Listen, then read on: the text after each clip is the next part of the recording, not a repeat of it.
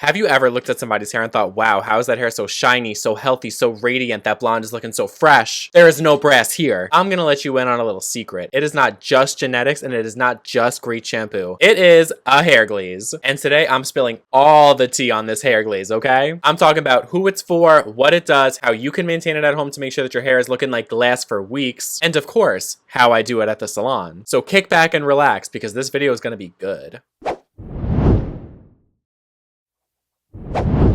Okay, so what exactly is a hair glaze? Think of it like an Instagram filter for your hair. It smooths, adds shine, enhances tone, and gives the hair that freshly done feel from the salon. All without a major chemical commitment. Who doesn't love that? One of the many reasons that I love it for my clients is that it works on pretty much any hair type. Wavy, straight, curly, color treated, not color treated, and it could be completely clear in order to enhance the shine, or tinted to make sure we are correcting some of those tones in the hair. A glaze is basically your hair's instant refresh button. It's a sheer glossy coating that could smooth the outside of the hair, boost that shine, and can even give a subtle tint to enhance that color. Think of it like a clear top coat for your nails, but for your hair. It's obviously not changing the structure of the hair, but it is smoothing out the top to make sure that it is nice and shiny and gorgeous. I like to tell my clients, think of your hair like a donut. If we were talking about a regular old donut without a glaze, it's looking dry, it's looking dull. A lot of people don't want to eat it, but when you put a glaze on top and it's nice and shiny, all of a sudden everybody's mouth is watering from it. And the texture on that glazed donut is a lot smoother than the texture on the donut that does not have a glaze on it. And it is perfect for those in-between color appointments, right before special events, or anytime you want your hair to have that fresh from the salon feel, all without committing to a major chemical process or spending hours at the salon. So now when I'm applying glaze at the salon, here's what's actually going on. The formula has a low strength developer in order to open up the cuticle a little bit to let in some of those intensive conditioning properties and pigment in, but not enough to actually change anything within the structure of the hair. So on top of adding in some extra protein and some extra moisture, we are sealing up that cuticle, which means that we are reducing frizz, detangling a little bit, making sure that those tangles come out with ease, and making sure that light is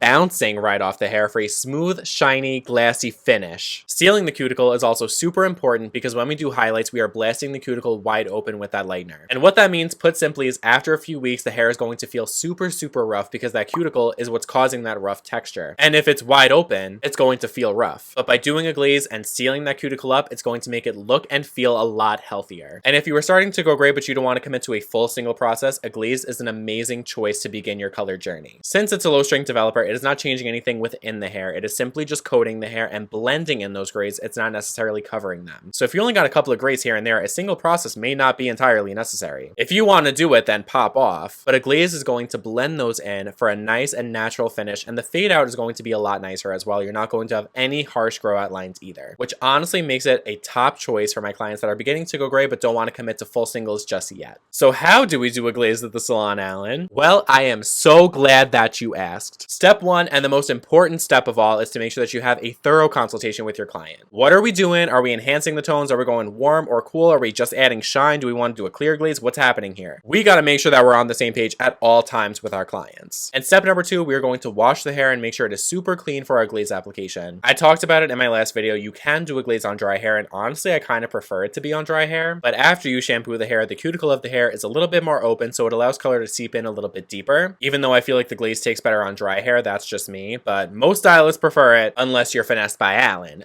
And then step number three, we're going to plan out and mix our formulas. Obviously, make sure that you're following the manufacturer's directions for this at all times. At the salon, I use Goldwell Colorants and Redken Shades EQ. For Shades EQ, you got a mixing ratio of 1:1, and for Goldwell Colorants, you got a mixing ratio of 2:1, with the 2 parts being developer and 1 part being color or clear, whatever you want it to be. It's going to be more developer heavy than it is color heavy. And step number four, we're going to apply this glaze. And we are going to make sure that we apply it evenly and make sure our saturation is on point. We want every single strand on that head to be covered from roots to ends. Because if we don't apply this glaze evenly or our saturation isn't on point, some sections could look a little funky or wonky. And we don't want our clients leaving the salon with funky or wonky hair. And then step number five, we're going to let this color process. Again, following the manufacturer's directions. For Redken Shades EQ, they say 20 minutes, and for Goldwell Colorants, they say 25. However, you could definitely customize this a little bit depending on what your client wants and the porosity of their hair, because sometimes super porous hair could literally drink that glaze up with a straw, and it could overtone a little bit, and that just opens up a whole extra can of worms. So if you know this is your client, stay close by, watch the glaze process, and then rinse out when it's necessary. Otherwise, the full processing time allows the glaze to really get in there and work its magic on your client's hair. And then step number 6, we're going to rinse and condition that glaze out. No shampoo necessary. Unless you are using a certain glaze company, not to name names, but Redken Shades EQ, because it leaves a film on the hair that makes it feel absolutely gross. Disgusting. Otherwise, you're just going to rinse and condition that bad boy out. No shampoo necessary. And then step number 7, which is my favorite step of this process, is to blow dry it, style it up, and give your client that full reveal that they've been waiting for. I don't know about you guys, but when I get a good reaction from my clients, like this is the best color ever, this is exactly what I was looking for, it just feels so good, and it is so rewarding as a hairstylist to get a reaction like that. So this is hands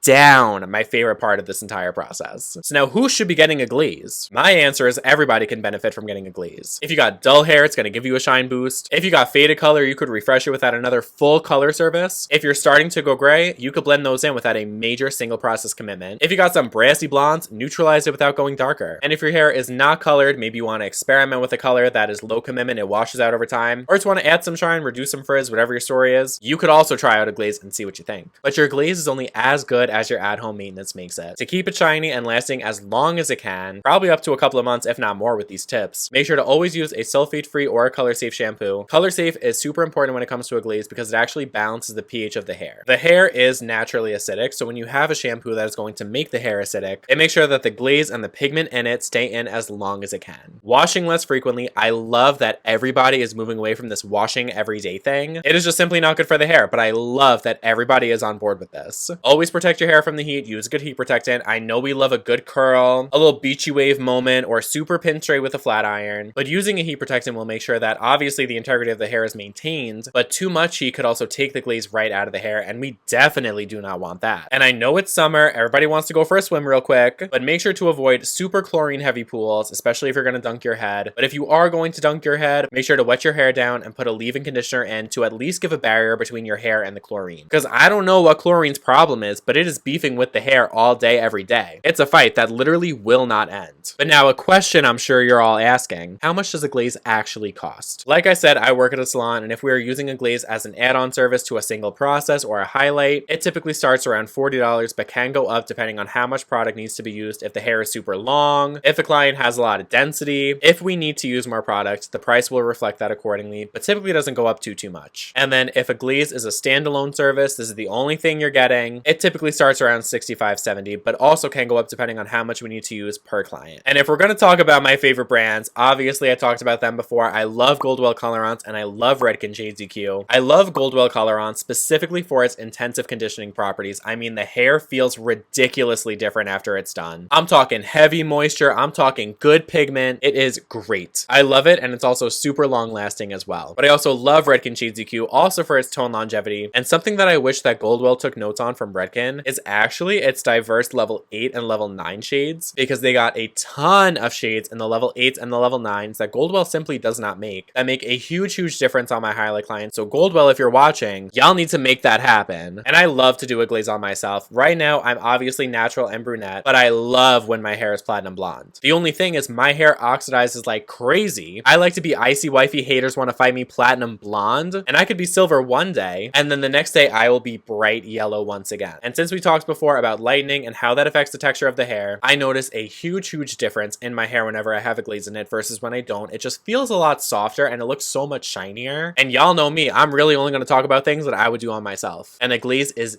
definitely one of them. But that pretty much covers it. I've said pretty much all I want to say about glazes today, but if you like this video, feel free to like it and drop a comment down below with your thoughts on hair glazes. Or if you hated it, also feel free to like it and drop a comment down below with your thoughts about hair glazes. And also feel free to subscribe to my YouTube channel, ring the bell icon to stay up to date with all the things that I'm putting up, because I got tons more coming your guys' way. But as always, thank you guys so much for checking this video out. I really do appreciate it, and I hope to see you guys in the next one. But until then, I'm out of here. Peace out.